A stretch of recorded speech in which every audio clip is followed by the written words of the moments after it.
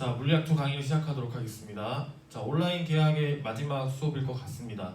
이제 드디어 좀 있으면은 너희들이 등교를 할 것 같은데 그 온라인 계약 마지막 시간으로 케플러 법칙을 해보도록 하겠습니다. 자, 여기에 하나, 둘, 셋, 넷, 다섯, 여섯, 7명인가? 7명의 사람들이 이렇게 모여져 있습니다.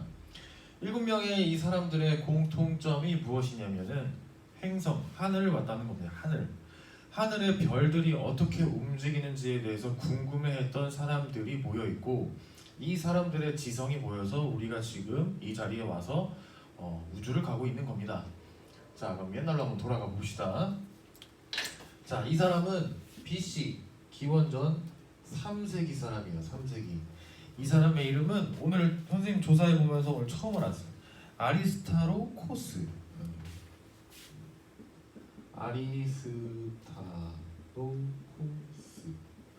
몰라도 됩니다. 오늘 처음 알았어요, 나도. 아무튼 저 사람이 기원전 3세기예요. 그래서 기원전 3세기라는 거는 굉장히 오래 전이죠. 당연히 기원전. 그치, 기원전 3세기는 굉장히 오래된 상황입니다. 근데 이제 저 시절에 저 사람은 태양 중심으로 이제 행성이 돌고 있다는 생각을 최초로 했던 사람인데, 이 사람은 그렇게 유명하지 않았는지 이 사람에 대한 내용이 그렇게 많이 나오진 않네요. 왜 그러냐면 이 사람 이후에 이제 무슨 시대가 펼쳐집니까? 그리스 시절가 나오면서 유명한 철학자, 과학으로는 단 하나도 맞지 않았던 아리스토텔레스, 그 다음 뭐 플라톤 이런 사람이 나오면서 그러니까 과학이 아닌 이렇게 실물적인 뭐 관측이나 그런 게 아닌 그냥 지금으로 말하면 그냥 뇌피셜이죠. 그냥 자신만의 생각으로 그냥 이렇다 하는 사람, 철학자들이 등장을 하면서 묻힙니다. 지동설이. 그 다음 뭐가 되죠? 이제 태양이 지구를 중심으로 태양이 돌고 있다라는 얘기가 공론화가 되면서 그게 종교와도 결합이 되면서 이제 중세 시대로 넘어가죠. 중세 시대로 넘어가면서 플라톤 철학이 이제 사람들 사상의 메인이 되면서 그 플라톤 철학에 의하면은 당연히 신 중심의 세상이고 거기에서는 태양 중심이 아닌 지구 중심이 됩니다. 그래서 몇 년 동안, 거의 1500년 동안 이제 아무도 당연히 지구가 가만히 있는 것이지 지구가 돈다는 생각을 하지 않아요. 그런데 이제 등장하죠. 여러분이 이제 아시는 사람. 얘 이름이 뭐죠? 1530년에 실제로 이런 말을 했답니다. 누구냐? 코페르니쿠스라는 사람이 이제 지동설, 지구가 돌고 태양의 중심을 지구가 돈다라는 생각을 이제 처음으로 전파한 사람입니다. 그 시절이 어느 시절입니까? 바로 14에서 15세기의 무슨 시절? 르네상스 시절. 이제 이성으로 하는 철학이 이제 끝나가는 시절입니다. 그냥 머리로만 탁상 공론 그냥 앉아가지고 과학을 하는 시절이 끝나고 이제 관측하고 바라보고 거기에다 생각을 추가하고 토론하는 그 시대가 열린 겁니다. 그래서 코페르니쿠스가 이 얘기를 했는데, 하지만 코페르니쿠스도 르네상스의 생각을 완벽하게 가지고 있는 사람은 아니에요. 왜냐하면 이 사람도 그냥 뭐라고 말했냐면은 이 세상에 가장 아름다운 운동은 원운동이니까 지구도 원운동 할 거다. 뭐라고 했냐? 완전한 원운동을 말했어요. 근데 이 완전한 원운동은 뭔가 관측을 통해서 말하는 것도 아니고 그냥 자신의 생각입니다. 그러니까 한계가 매우 크죠. 그러다가 누가 등장하냐면은 티코 브라헤라는 사람이 등장합니다. 이 사람이 천동설을 믿었는지 지동설을 믿었는지에 대해서는 선생님이 찾아보니까 왔다 갔다 해요. 이 사람이 어떤 생각을 자신의 생각으로 믿었는지 모르겠지만 이 사람은 아주 대단한 생각을 시작합니다. 어떤 생각을 하냐면은 선생님 책에서 보고 굉장히 감명받았는데, 철학적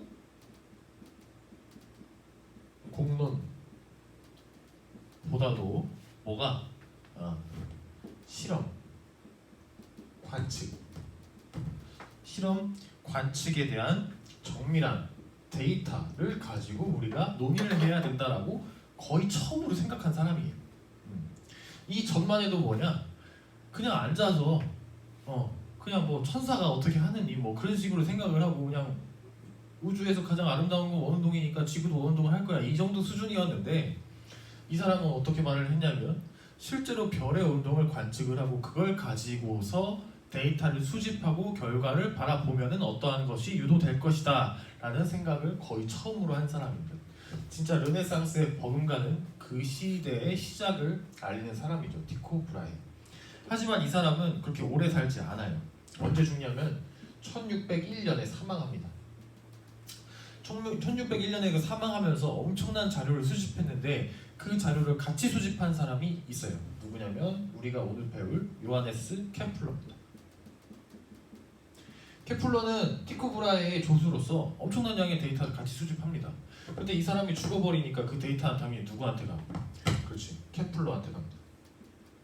그래서 케플러가 드디어 별의 운동에 대한 실제 데이터를 가지고 법칙을 만들어요. 그 법칙이 몇 가지? 세 가지의 법칙을 만듭니다. 이 세 가지의 법칙을 만들 때가 언제냐면 1609년이에요. 아주 대단한 거죠. 이제 그냥 뇌피셜로 그냥 이러니까 이럴 거다 그냥 허무맹랑하게 말하는 게 아니라 데이터를 가지고 행성의 운동에 대한 법칙을 발견해냅니다. 오늘 배울 게 요겁니다. 그 다음에 이거는 이제 다음 내용인데 잠깐만 흐름만 좀 잡고 가겠습니다. 케플러가 이런 생각을 하고 있는 와중에 갈릴레이가 있죠. 갈릴레이는 언제 태어나서 언제 죽었냐면 1564년에 태어나가지고 1642년에 죽습니다. 갈릴 이거 뭐라고 쓰나?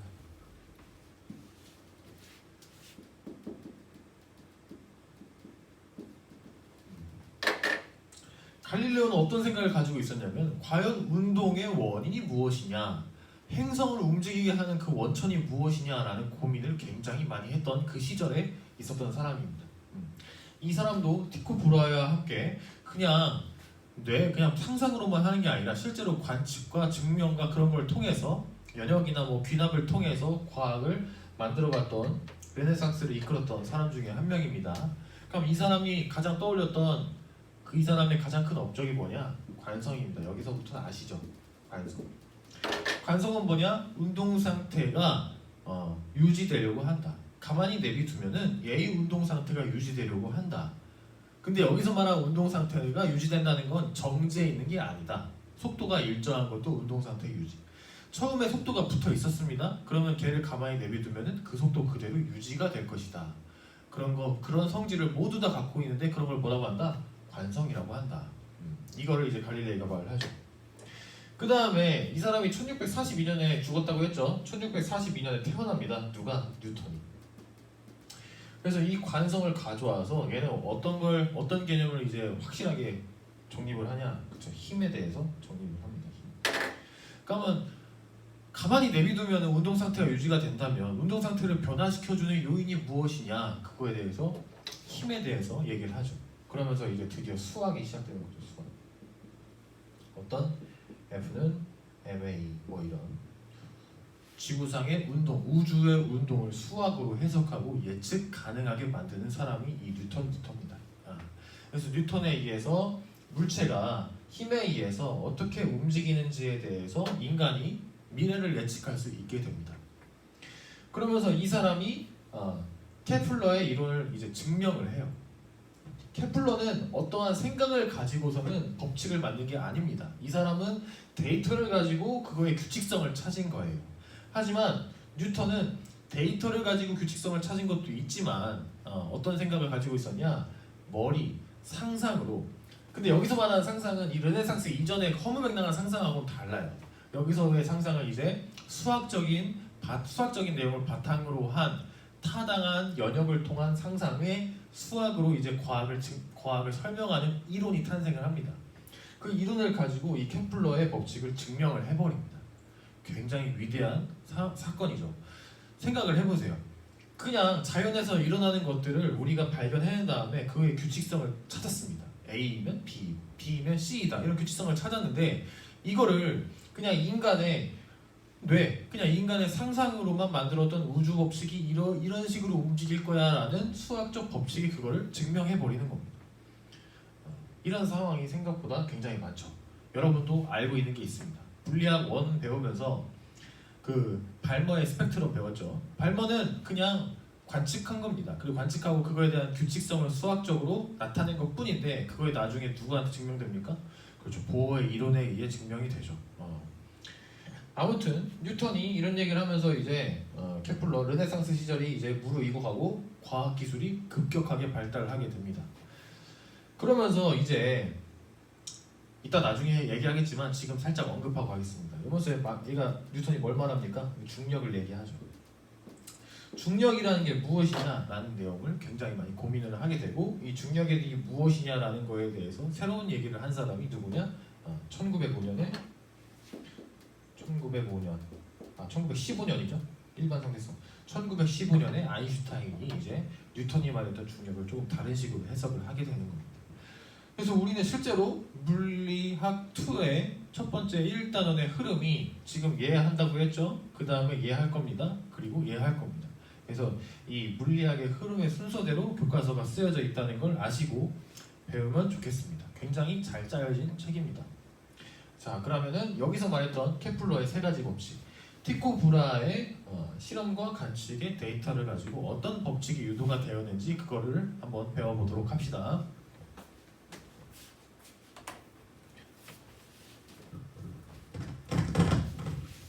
근데 나는 굉장히 대단하다고 생각을 해요. 지구가 정지에 있어가지고 별이 그냥 보이는 것도 아니고 지구도 같이 움직이는데 어떻게 데이터를 수집을 했길래 이런 법칙을 유도를 하는지 정말 천재죠. 어떤 식으로 했는지는 몰라요. 천재입니다, 천재.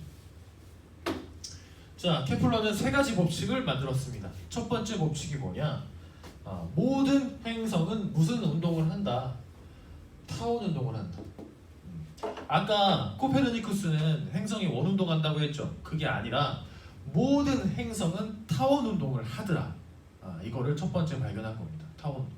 그럼 타원 운동이 뭔지를 이제 알아야 되는데 수학 시간에 타원에 대해서 배웠는지 안 배웠는지 선생님이 알아보지 않아서 모르겠지만 내가 알기로는 아닌 걸로 알고 있습니다.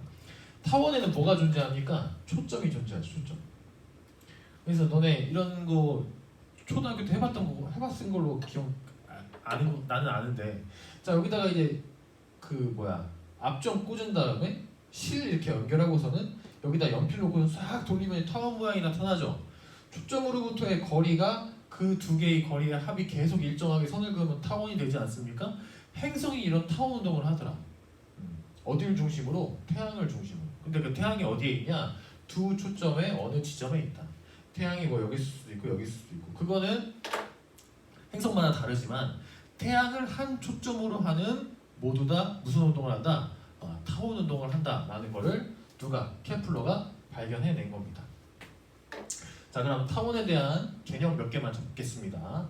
자, 먼저 초점이 있죠, 초점. 이 초점 사이의 거리가 없어지면 그걸 뭐라고 합니까? 원운동이라고 하죠. 초점이 넓어지면 타원 운동이 더 찌그러지게 되는 거고. 자, 타원 운동에는 반지름이 두 개가 있습니다. 짧은 반지름과 긴 반지름. 짧은 반지름과 긴 반지름. 이거 굉장히 중요합니다. 짧은 반지름과 긴 반지름. 자, 두 번째. 자, 여기를 태양이라고 했을 때 행성들은 타원 운동을 한다고 했죠. 근데 타원 운동을 하면은 태양으로부터 가장 먼 거리에 위치할 수도 있고 가장 가까운 거리에 위치할 수도 있겠죠. 이 지점이 가장 가까운 지점일 거고 이 지점은 가장 먼 거리일 겁니다. 자, 여기를 뭐라고 하냐? 우리는 원일점이라고 합니다. 여기를 뭐라고 하냐? 우리는 근일점이라고 합니다. 근데 선생님이 이게 왜 중요하다고 했냐면은 되게 문제에는 이 거리를 알려줘요. 뭐 여기가 4, 여기는 1이다 이런 식으로 알려줍니다. 그러면 우리가 무의식적으로 그냥 여기가 4니까 긴 반지름이 4구나 이렇게 해버려요. 그러면 돼, 안 돼? 안 된다고. 이거는 원일점과 태양 사이에 하나의 초점 사이의 거리이지 긴 반지름이 아닙니다. 그럼 여기서 긴 반지름은 뭐가 돼? 4하고 1을 더해서 나누기 2를 한 2분의 5가 되겠죠. 그래서 이거 꼭 헷갈리면 안 됩니다. 진짜 헷갈려. 이거 지금 선생님이 말하면은 이게 뭐가 헷갈리겠어요 하겠지만 하다 보면 헷갈립니다. 이거 절대 긴 반지름이 아닙니다. 긴 반지름은 중심으로부터의 긴 반지름, 이걸 말하는 겁니다. 그리고 원일점과 근일점 알아두시고, 자 넘어갑니다. 자, 케플러 2법칙.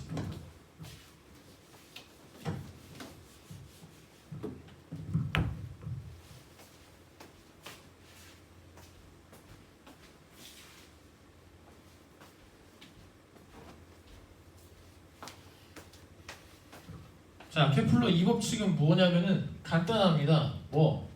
행성이 움직이는데 태양하고 가까워질수록 속력이 빨라지고 태양하고 먼 곳일수록 속력이 느려진다 이겁니다. 그런데 이거를 수학적으로 기가 막히게 증명을 해요. 어떻게 증명을 하냐? 여기 뭐라고 써 있습니까? 행성이 타원 궤도를 돌면서 일정한 시간 동안 태양과 있는 직선이 쓸고 간 면적은 항상 같다. 자, 이게 무슨 말이냐면, 자, 이렇게 타원이라고 쳐봅시다. 자, 여기에 초점이 있고 여기가 태양이에요. 태양. 자, 이게 태양입니다. 자, 여기 행성 A가 있어요. 행성 A가 1시간 동안 요만큼 왔다고 쳐봅시다. 행성 A가 1시간 동안 요만큼 왔어요. 그러면 행성 A가 태양과 있는 직선을 쓸고 간 면적, 이게 뭐가 되냐면, 태양과 있는 직선으로 쓸고 간 면적, 이게 뭐가 되냐면 요 면적이 되는 겁니다. 자, 여기서 여기까지 가는데 몇 년 걸렸다고? 1시간 걸렸다고 쳐봅시다. 몇 년이 아니라 1시간이라고 한번 해봅시다. 1시간. 자, 그럼 얘가 움직이다가 여기에도 와 있겠죠. 그러면 얘가 여기서부터 1시간 동안 움직이려면 어떻게 해야 되냐? 자, 보세요. 1시간 동안 요만큼 움직였죠? 그럼 얘는 1시간 동안 얼마나 움직이냐? 만약에 얘가 타원 운동을 하는데 속력이 똑같다면 1시간 동안 움직인 거리가 똑같을 거 아닙니까? 그러면은 대충 거리가 비슷하다고 치면 이렇게 될 겁니다. 그러면 이 면적이랑 요 면적이랑 같아 달라? 당연히 다르겠지. 이 거리가 같다면은 면적이 여기가 더 클 겁니다. 근데 여기서 면적이 항상 뭐하다? 같다라고 했죠? 그 말은 무슨 말이냐면 이 면적이 같으려면 얘가 여기까지 안 가고 덜 같다는 거죠. 덜. 1시간 동안.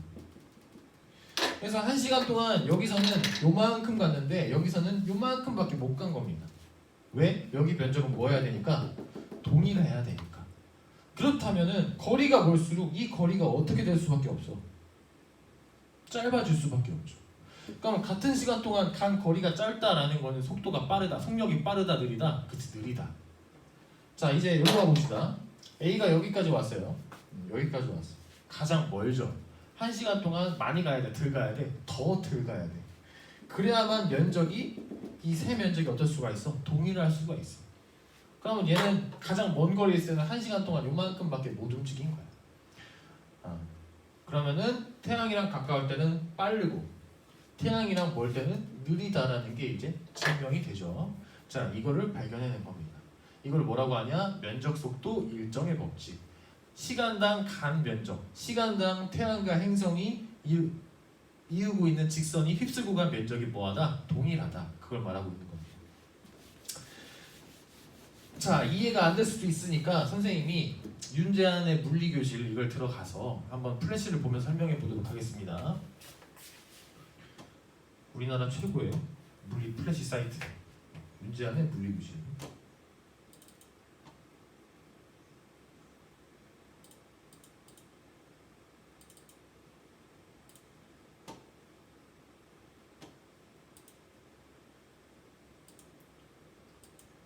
자, 행성이 지금 돌고 있습니다. 자, 무슨 운동처럼 보입니까? 타원 운동이죠. 분명히 중심이 아니라 여기가 있죠, 태양이. 그러면 이 태양은 이 타원의 초점 중에 한 점일 겁니다. 그리고 어떠한 행성이 지금 그 타원을 돌고 있습니다. 자, 여기 보세요. 여기 면적 보기를 한번 내가 눌러볼게요. 자, 여기서 이 시스템에서 주어진 시간, 어느 특정한 시간 동안 얘가 여기서 여기까지 갔다는 겁니다. 그러면 얘가 여기 있을 때는 어떻게 되는지 한번 봅시다. 이렇게. 자, 지금 이 시스템은 어떻게 시스템이 되어 있냐면은 면적을 만들어내는 시간이 동일한 겁니다. 여기가 지금 1초라면 여기도 1초인 거야. 근데 어떻게 세팅되어 있다? 면적이 동일하게 세팅되어 있어요. 그러면 지금 이 면적이랑 이 빨간색 면적이랑 같은 겁니다. 그러기 위해서는 여기는 먼 거리를 가야 되고 여기는 짧은 거리를 가야 되는 겁니다. 그 말은 같은 시간 동안 먼 거리를 갔으니까 얘가 더 빠르게 움직였고 여기서는 느리게 움직인다. 케플러 2법칙의 물리적 의미는 태양이랑 가까울수록 빠르고 태양이랑 거리가 멀수록 느리다입니다. 좀 더 의미 있는 사진을 내가 보여줄게요.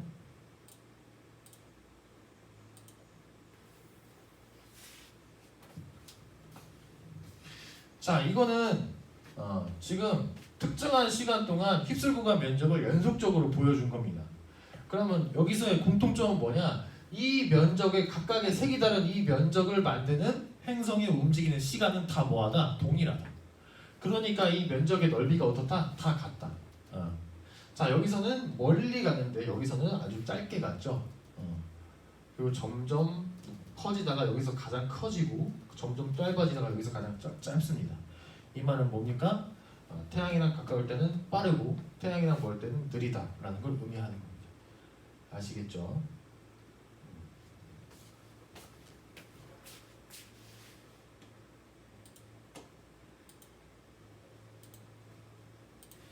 자, 이제 케플러 2법칙을 마무리하고 케플러 3법칙으로 가봅시다. 자, 케플러 3법칙은 조화 법칙이라고 하는데, 자, 이게 뭐냐? 여기서 어떤 개념이냐면 라지티라는 개념. 이거 뭐냐? 주기입니다. 주기. 자, 우리가 물리학 1에서 주기를 뭐라고 배웠습니까? 한 바퀴 도는데 걸린 시간, 한 번 진동하는데 걸린 시간이었죠. 근데 이거는 행성 운동에 대한 주기니까 행성이 타원 궤도를 한 바퀴 도는데 걸린 시간입니다. 한 바퀴 도는데 걸리는 시간을 뜻하는 겁니다. 그러면 지구의 주기는 뭐가 됩니까? 지구의 주기. 지구가 태양을 한 바퀴 도는데 걸리는 시간 1년이죠. 1년. 그게 지구의 주기가 되는 겁니다. 자, 그 다음 여기 A라는 게 나오는데 이 A는 뭐냐? A는 긴 반지름을 뜻합니다. 근데 행성의 주기와 긴 반지름은 같은 태양을 초점으로 하는 행성들에게 공통점이 있다. 뭐가 공통점이 있냐? 주기의 제곱이랑 긴 반지름의 세제곱이랑 뭐하다? 비례하다. 이거를 발견해낸 겁니다. 자, 여기에 행성이 있어요. 행성이 아니라 항성, 태양. 자, 여기 A라는 놈이 이렇게 운동하고 있고 여기에 B라는 놈이 이렇게 운동하고 있어요. 자, 그러면 이 A, B라는 두 행성 모두 태양을 초점으로 하는 운동을 하고 있는 겁니다. 그러면 A 입장에서는 초점이 뭐 이런 식으로 있을 거고, 그 다음 B라는 행성은 초점이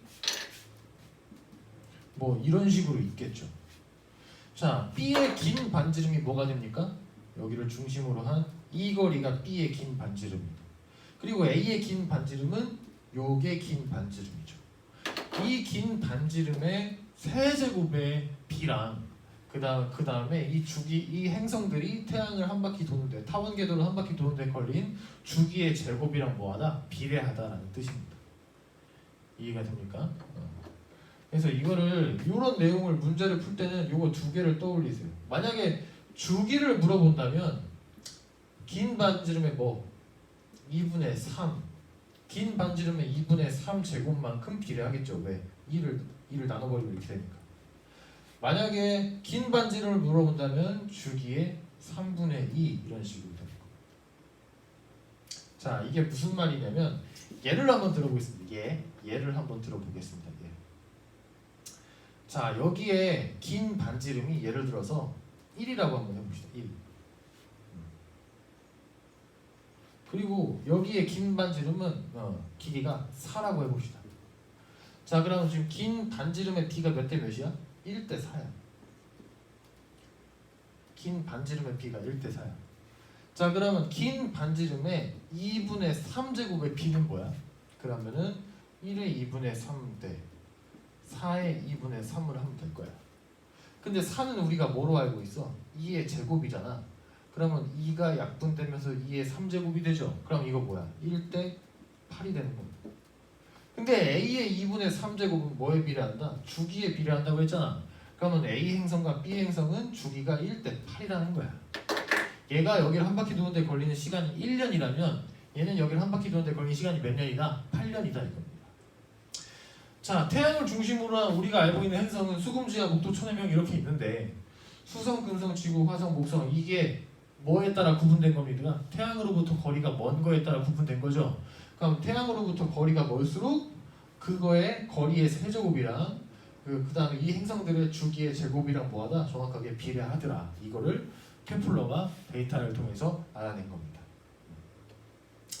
자, 그다음 여기에 나와 있는 내용은 뭐냐면 실제 태양을 돌고 있는 지구의 운동을 보면은 타원 정밀하게 보면 타원이지만 거의 뭐에 흡사하냐 원운동하고 흡사를 해요. 무슨 말이냐? 이 두 초점이 뭐하다 가깝다라는 거죠.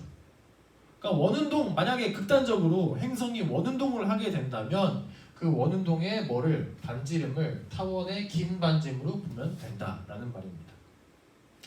무슨 말이냐면 지금 여기는 이게 긴 반지름이잖아요. 그러면은 이거를 이 두 상황을 비교할 때 짧은 반지름으로 계산하면 돼야 안 돼? 안 되죠. 하지만 두 행성 중에 하나가 원운동을 하고 있다면 그 지름 자체를 그 반지름 자체를 긴 반지름 여기서 이 법칙의 긴 반지름처럼 생각해도 된다는 겁니다. 아셨죠? 그래서 이게 케플러 3법칙을 말하는 겁니다.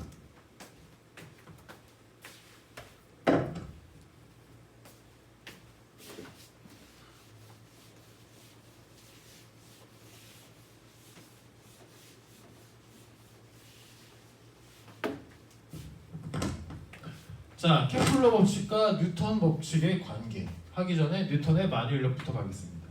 자, 지금 요하네스 케플러가 케플러 3법칙을 말했죠. 그 당시에 갈릴레이는 관성을 말합니다.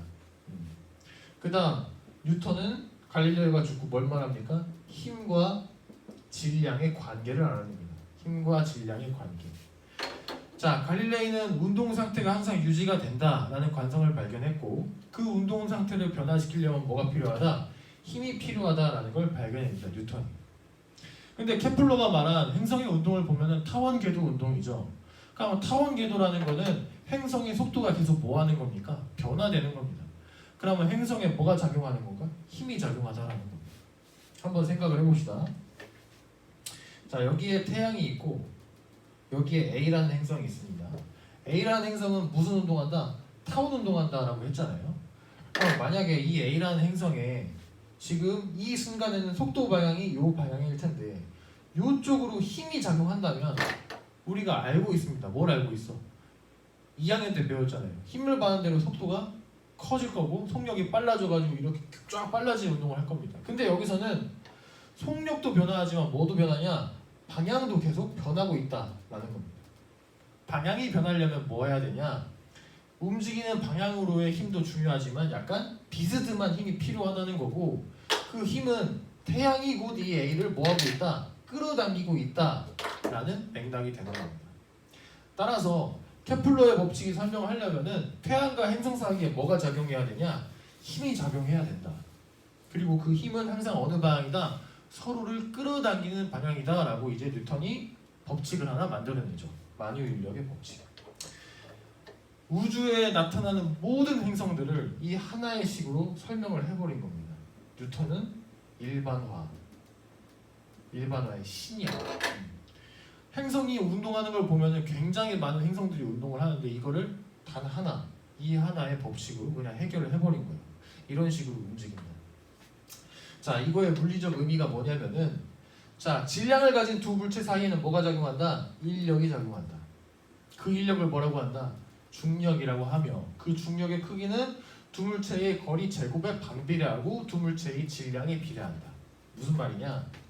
자, 여기에 A라는 행성이 있고 여기에 B라는 행성이 있습니다.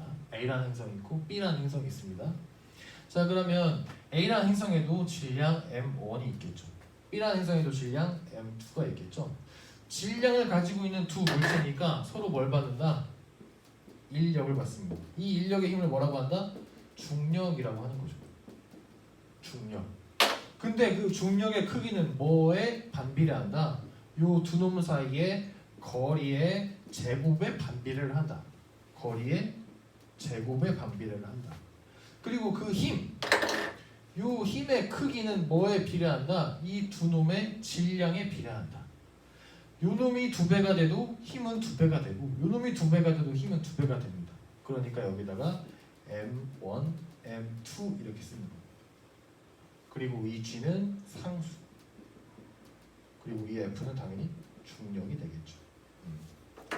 그리고 이 중력에 의해서 속도가 변화하고 그 속도의 변화에 따라 무슨 운동한다? 타원 궤도 운동을 한다라고 이제 뉴턴이 말한 겁니다. 그러면 이 뉴턴이 말한 중력 법칙에 의해서 케플러의 법칙이 증명이 돼야 되지 않겠습니까? 케플러의 법칙 증명이 됩니다. 한번 잘 생각을 해보세요. 자, B가 A, 이게 만약에 태양이라고 쳐보세요. 태양. 그럼 B가 이렇게 타원 운동을 할 거면 B가 이렇게 타원 운동을 하겠죠. 자, 그러면 근일점에 있을 때 중력의 크기가 어떻게 됩니까? 굉장히 커지죠. 힘이 커졌으니까 속도의 변화도 어떻게 됩니까? 커지겠죠. 그렇다는 건 더 빨라진다는 겁니다. 빠르게 변화한다는 거. 그 다음 여기 보세요. 여기 보면은 원일점이 있잖아요. 그럼 힘의 크기가 어떻게 돼? 줄어듭니다. 그럼 멀수록 속도 변화가 적다는 거죠. 느려진다는 겁니다. 속도 변화가 적다. 그러니까 움직임이 변화가 줄어드는 겁니다. 그 다음 케플러의 3법칙이 뭐였습니까? 주기의 제곱이랑 거리, 긴 반지름의 세제곱이랑 비례한다. 그것도 뉴턴의 이 만유인력 법칙, 중력 법칙에 의해서 증명이 됩니다.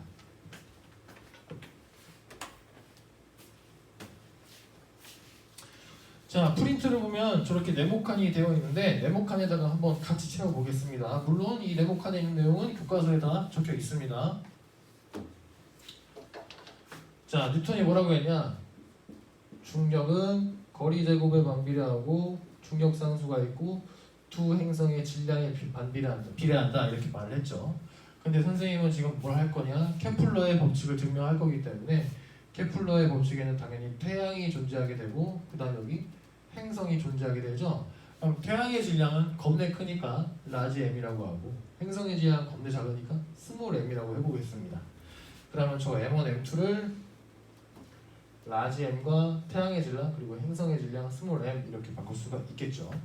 그리고 이 행성은 태양을 무슨 운동한다? 타원 운동하고 있습니다.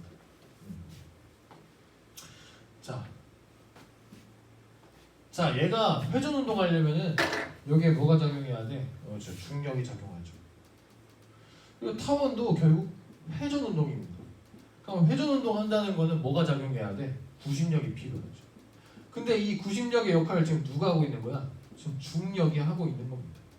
근데 구심력 식에 의하면은 구심력 식에 의하면 어떻게 됩니까? F는 m r분의 v 제곱 요거라고 배웠죠. 그래서 여기다가 그걸 써보겠습니다. 중력에 의해서 저 스몰 m인 저 행성이 원운동을 한다 이렇게 써보겠습니다. 그럼 여러분은 질문을 하겠죠. 이게 타원 운동이라고 하지 않았으니까 약간 비약을 해보겠습니다. 그냥 이 태양의 질량이 너무 커가지고 이 타원 궤도가 거의 원운동하고 흡사해졌다라고 가정을 한번 해보겠습니다. 그럼 이렇게 되겠죠. 자, 그러면 스몰 m이 어떻게 됩니까? 사라집니다. 자, 그리고 우리가 알고 있는 게 뭐가 있냐면은 행성의 주기, 등속 원운동에서 주기는 V분의 2파이 R이라고 배웠습니다. 그죠? V분의 2파이 R. 이거는 선속력이었죠. 그 말은 V는 T분의 2파이 R이라는 거죠. 자, 이걸 가지고 얘를 가져와서 R제곱분의 라지 G 라지 M은 R분의 1의 V의 제곱이니까 T제곱에 4파이 제곱 R의 제곱 이렇게 써보겠습니다. 자, 그러면 R이 이렇게 되죠? 그 다음 R이 넘어가면 어떻게 됩니까? GM은 4파이 제곱에 T제곱분의 R의 3제곱이죠. 근데 아까 이거를 등속 원운동이라고 가정을 했으니까 여기서의 반지름은 곧 타원 운동에 뭐로 볼 수가 있다고? 긴 반지름으로 볼 수가 있다고 했지 않았습니까? 그러면 요 식이 성립이 됩니다. 요 라지 G 이거 뭡니까? 상수죠. 그 다음 태양의 질량은 변해 안 변해? 안 변합니다. 모든 행성은 태양을 중심으로 운동하기 때문에 그 태양계 안에서 태양의 질량은 변하지가 않죠. 그 다음 4파이 제곱은 숫자니까 변해 안 변해? 안 변합니다. 그러면 얘를 넘겨보면은 T제곱은 어떻게 돼? 라지 GM분의 4파이 제곱 그 다음에 A의 세제곱 이렇게 되죠. 그런데 요놈들이 변하는 숫자다 안 변하는 숫자다? 안 변하는 숫자다. 그 말은 t제곱이랑 a의 세제곱, 긴 반지름의 세제곱이랑 무슨 관계다? 비례 관계이다. 이게 증명이 되는 겁니다. 뉴턴의 만유인력 법칙으로 케플러의 3법칙인 조화 법칙이 증명이 됐죠. 자, 이런 식으로 데이터에 의한 법칙이 한 인간 천재에 의한 이론에 의해서 증명이 되는 과정을 보았습니다. 자, 좀 더 사족을 붙이자면은 여기서 말하는 이 질량 있잖아요, 질량. 질량에는 두 종류가 있어요. 뉴턴의 이 법칙에 의한 관성에 의한 질량. 그러니까 힘을 가해지면은 질량이 클수록 속도 변화가 덜하다. 그래서 F는 ma라는 식이 나왔지 않습니까? 거기에 질량, 관성 질량이라고 합니다. 그다음 요 힘, 요거 중력에는 뭐가 존재합니까? 질량에 비례한 힘이라고 하지 않았습니까? 그러면 중력을 만드는 질량, 그래서 그걸 뭐라고 하냐? 중력 질량이라고 합니다. 그래서 그 중력을 만드는 질량, 중력 질량과 운동 상태를 변화시키는 요인, 그 관성의 척도로서의 그 관성 질량이 같냐 안 같냐를 가지고 논란이 굉장히 많았어요. 그러다가 1700년대인가 아무튼 그때 중력 질량과 관성 질량이 거의 동일하다라는 것이 발견이 됩니다. 그러면서 이제 질량이라는 게 뭐고 중력이라는 게 도대체 뭐냐에 대한 생각으로 과학이 발달을 하면서 이제 그 중력을 이제 약간 다른 식으로 생각하게 됐던 사람이 아인슈타인인 겁니다. 그래서 이제 이 다음 챕터에는 이 아인슈타인의 일반상대성 이론에 대해서 한번 들어보도록 할 겁니다. 그 아인슈타인의 일반상대성 이론이 중력을 좀 더 다른 식으로 설명한 이론입니다. 자, 다음에 케플러 법칙에 대한 연습 문제가 있는데 여기까지만 하고 이제 마무리하겠습니다.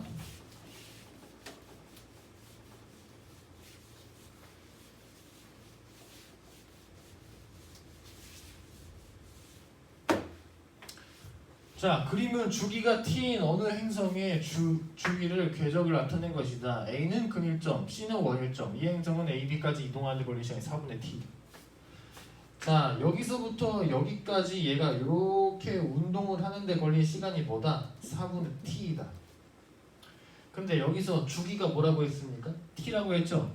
자, 그러면 얘가 A에서 다시 A로 오는데 걸린 시간이 뭘까요? 당연히 뭡니까? 라지 t겠죠. 자, 그러면 A에서 C까지 가는데 걸리는 시간이 뭘까요? 당연히 반이겠죠. 주기의 반. 2분의 t일 겁니다. 자, A에서 C까지 가는 데는 2분의 t이고 A에서 B까지 가는 데는 4분의 t야. 그러면 B에서 C까지 가는 데 걸리는 시간은 뭘까요? 2분의 t에서 4분의 t를 빼면 될 거 아니야. 그럼 2분의 t에서 4분의 t를 빼면은 당연히 요 B에서 C까지 가는데 걸리는 시간도 뭐가 돼? 4분의 t가 되는 겁니다. 자, 그러면 면적 속도 일정의 법칙에 의해서는 행성이 운동하는 시간이 같다면 행성이 휩쓸고 간 면적도 어때야 돼? 같아야 되지 않습니까? 그러면은 여기서도 4분의 t, 여기서도 4분의 t니까 이 넓이랑 요 넓이랑 어때야 돼? 같아야 되는 거야. 자, 디귿 AOB의 넓이와 BOC의 넓이가 같다. 맞죠? 이런 식으로 하는 겁니다. 자, 행성의 궤적은 타원이다. 이거는 케플러 법칙 1법칙에 해당하는 그냥 명제입니다. 이은 행성의 속력은 A에서가 B에서가 더 빠르다. A에서가 더 어떻어? 더 가깝잖아, 태양하고. 그러니까 더 빠르지. 그 답은 5번. 자, 그림과 같이 어떤 행성이 태양을 하나에 초점을 한 타원 궤도를 따라 운동하고 있다. 이 공선의 주기는. 자, 여기에 AU라는 알파벳이 나오는데 AU라는 단위는 이렇게 생각하세요. 겁내 큰 거리 단위이다. 자, 태양과 행성의 거리를 따지는데 우리가 미터로 따져버리면은 숫자가 굉장히 커지겠죠. 그래서 AU는 그냥 이렇게 생각하세요. 거리가 굉장히 먼 거리의 단위이다.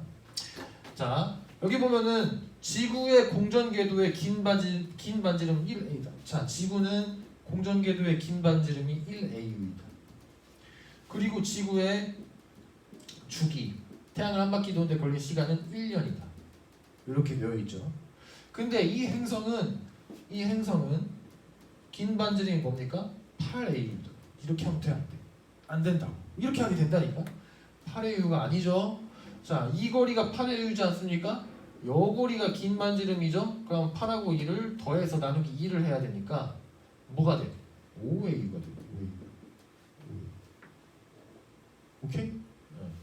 그 다음 이 행성의 주기가 과연 무엇이냐? 지금 이거 물어보고 있는 겁니다. 자 그럼 해봅시다. 지금 주기는 몇 대 몇이야? 1대 몰라.